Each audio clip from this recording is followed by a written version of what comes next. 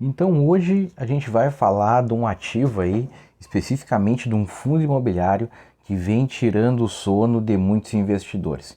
E esse ativo aí, como vocês já viram na thumbnail, é o HCTR11. E eu não só vou falar a minha opinião sobre o ativo, como vou mostrar o que eu fiz na minha carteira privada, na minha carteira pessoal com esse ativo. Se você quer conferir meu racional, saber o que eu fiz com esse ativo, então bora comigo depois da vinheta.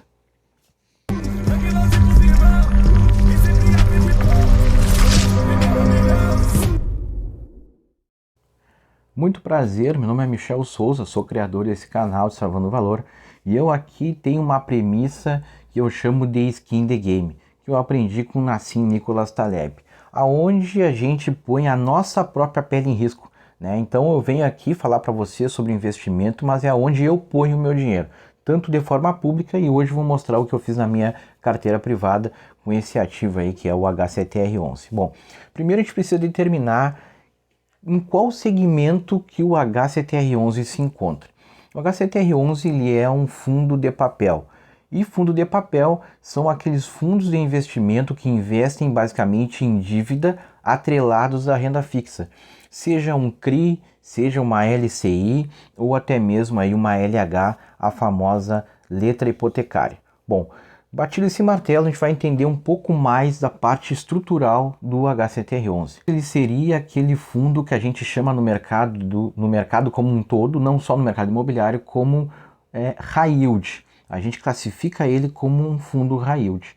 Investimentos high yields são investimentos que oferecem uma rentabilidade, nesse caso um yield, acima da média de mercado. Mas, como o mercado não é bobo e não existe almoço grátis no mercado, obviamente, se a recompensa é maior, o risco também é maior. E com o HCTR não podia ser diferente, o risco dele é maior. Tanto é que a gente vai depois observar a carteira de crédito dele para ver como ela é posicionada. E para te ter uma noção comparativa de por que ele é um fundo high yield, se tu botar agora aí no Google ou no Funds Explorer, tu vai ver que o yield que ele está oferecendo é um yield na casa dos 20%.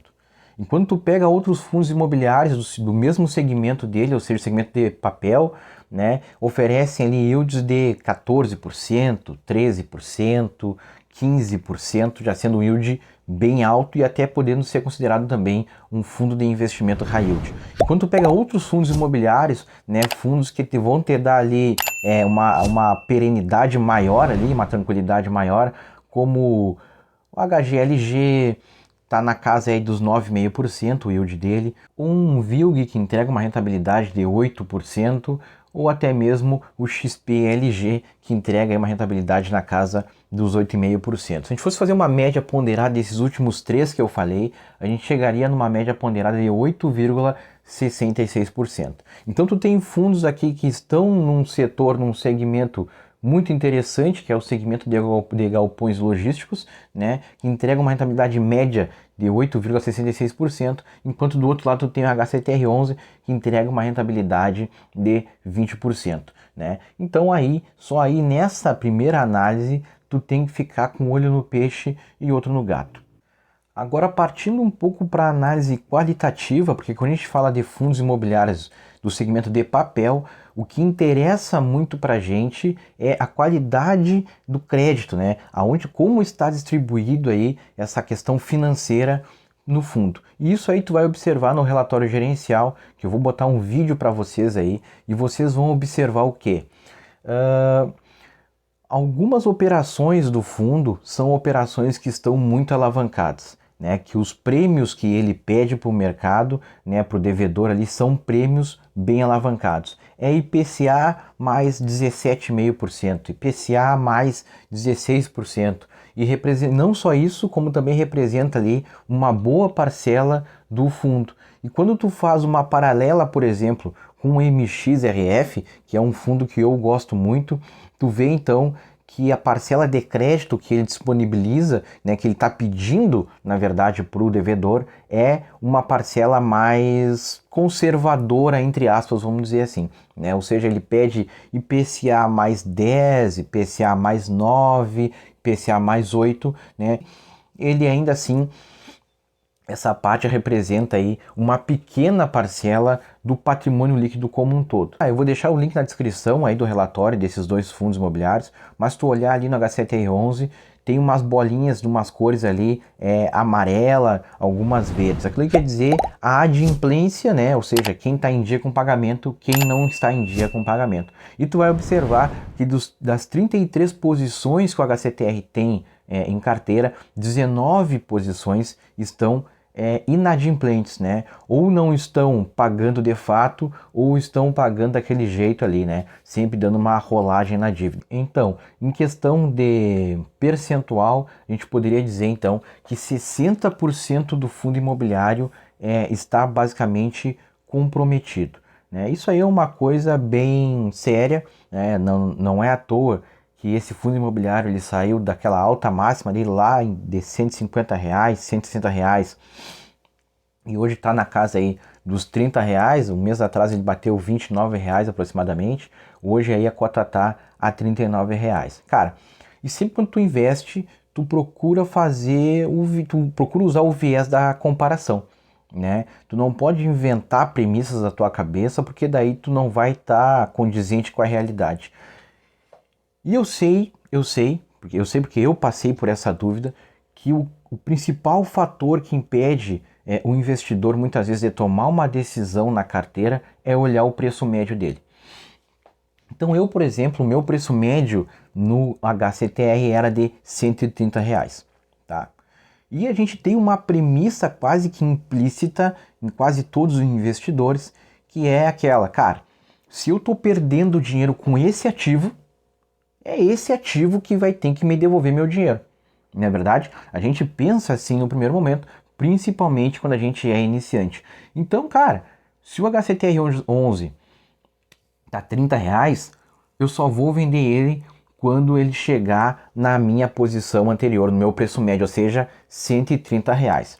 Só que existe um conceito no mercado financeiro que eu aprendi, gosto muito dele e aplico ele sempre, que é o custo de oportunidade. O custo de oportunidade, basicamente, ele vai te dizer o quê?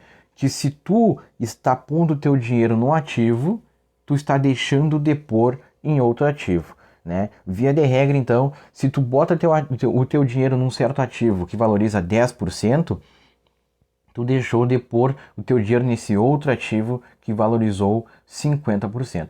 E se tu pegar a rentabilidade histórica dos fundos imobiliários, e por exemplo, aqui eu posso botar para vocês o HGLG, tu vai observar que o HGLG nos últimos 5 anos teve uma rentabilidade de aproximadamente 79%. E outro fundo também que a gente pode usar como premissa aqui para nós é o KNRI. Ele ofereceu nesses últimos 5 anos aí 49%, basicamente aí 50% em 5 anos. Cara, tu tem o HGLG que te entregou basicamente 80%, tá? Vamos arredondar, 80% da rentabilidade em 5 anos. Do outro lado, tu tem o KNRI que te entregou 50% de rentabilidade em 5 anos. 5 anos. Não é 5 dias, 5 meses, é 5 anos. O que que te faz pensar, né? Ou o que que me faz pensar que o HCTR11 vai ter tal rentabilidade? Vamos deixar isso aqui mais nítido, mais visual para vocês. Vamos pegar agora aí, olha aí na tela. Vamos pegar aí agora o meu preço médio, tá? E o preço que está vigorando hoje a cota no mercado. Hoje a cota no mercado a gente pode arredondar aí mais ou menos por uns R$39. E vamos ver quanto vai precisar, né, em questão de rentabilidade, né, para chegar no meu preço médio. Mais de 230% seriam necessários para mim chegar no meu preço médio nesse ativo. Em que realidade, só se for em Nárnia, ou se for no mundo da fantasia, que o HCTR11 em 5 anos vai ter uma rentabilidade de 230%. Bom, isso aqui vai ficar gravado, né? Quando vai ver o peixe morre pela boca, mas eu sinceramente, olhando o histórico do mercado imobiliário, eu não vejo isso acontecer. Então, para mim, faz muito mais sentido eu assumir o meu erro eu assumir que eu errei nesse ativo, pegar o que ainda tenho nesse ativo e pôr em outro ativo, para mim não incorrer em dois erros, né? Para mim não incorrer no segundo erro agora, que seria o custo de oportunidade, né? Enquanto em outro ativo eu poderia ter então uma rentabilidade de 100%, 200, 300%, por exemplo, a VEG. Inclusive, eu fiz um estudo fazendo essa correlação entre ações e fundos imobiliários, ficou bem bacana esse estudo e vou deixar aqui o link na descrição. Esse estudo aí eu faço aí, eu ponho uma pulguinha atrás da orelha se vale realmente a pena ter fundos imobiliários na carteira. Vai lá e vê esse vídeo, aí vai estar aqui na descrição do meu vídeo. Olha só, então, para mim faz muito mais sentido eu me desfazer dessa posição da H7R11, tá? Inclusive eu me desfiz, eu vendi minha posição em H7R11 e pus em outro ativo. E o exemplo que eu ia falar é o da VEG. A VEG em 5 anos teve um crescimento de quase 300%.